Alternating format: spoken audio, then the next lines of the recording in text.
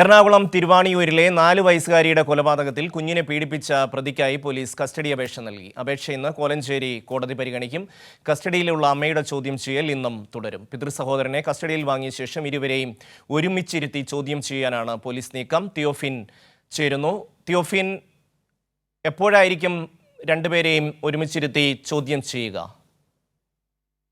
ഷമി, അതായത് ഈ കുട്ടിയെ പീഡിപ്പിച്ച പിതൃ സഹോദരനെയും കുട്ടിയുടെ അമ്മയെയും വേഗം ചോദ്യം ചെയ്യൽ നടത്താനാണ് പോലീസിന്റെ ആലോചന. അതിന് ഒരു കാരണം കൂടിയുണ്ട്. ഒന്ന്, ഈ കുട്ടി കസ്റ്റഡിയിലുള്ള അമ്മയുടെ കസ്റ്റഡി കാലാവധി 5 ദിവസമാണ്.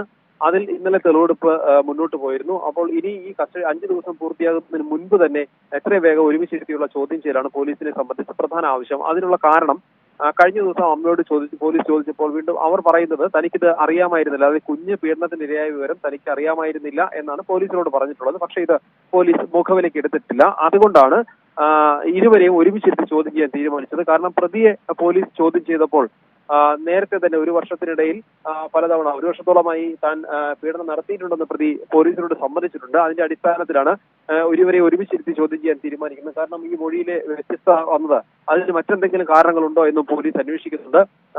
ഇയാളെ ആദ്യം കുഞ്ഞ് മരിച്ചതിന് ശേഷം പോസ്റ്റ്മോർട്ടം റിപ്പോർട്ട് വന്ന ഉടൻ തന്നെ പോലീസ് ആദ്യം ഇയാളുടെ വീട്ടിൽ വെച്ച്, തിരുവാണിയൂരിലെ വീട്ടിൽ വെച്ച് ഇയാളെ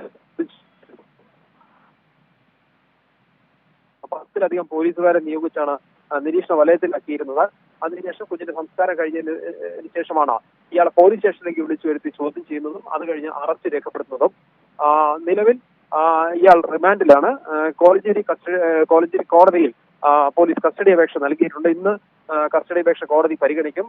കോടതി കസ്റ്റഡി അനുവദിക്കുകയാണെങ്കിൽ എത്രയും വേഗം ഇയാളെ കസ്റ്റഡിയിൽ വാങ്ങിയ ശേഷം ഇരുവരെയും ചോദ്യം ചെയ്യുന്നതിനുള്ള നടപടികളിലേക്ക് പോലീസ് കടക്കും. തിയോഫിനാണ് വിവരങ്ങൾ നൽകിയത്.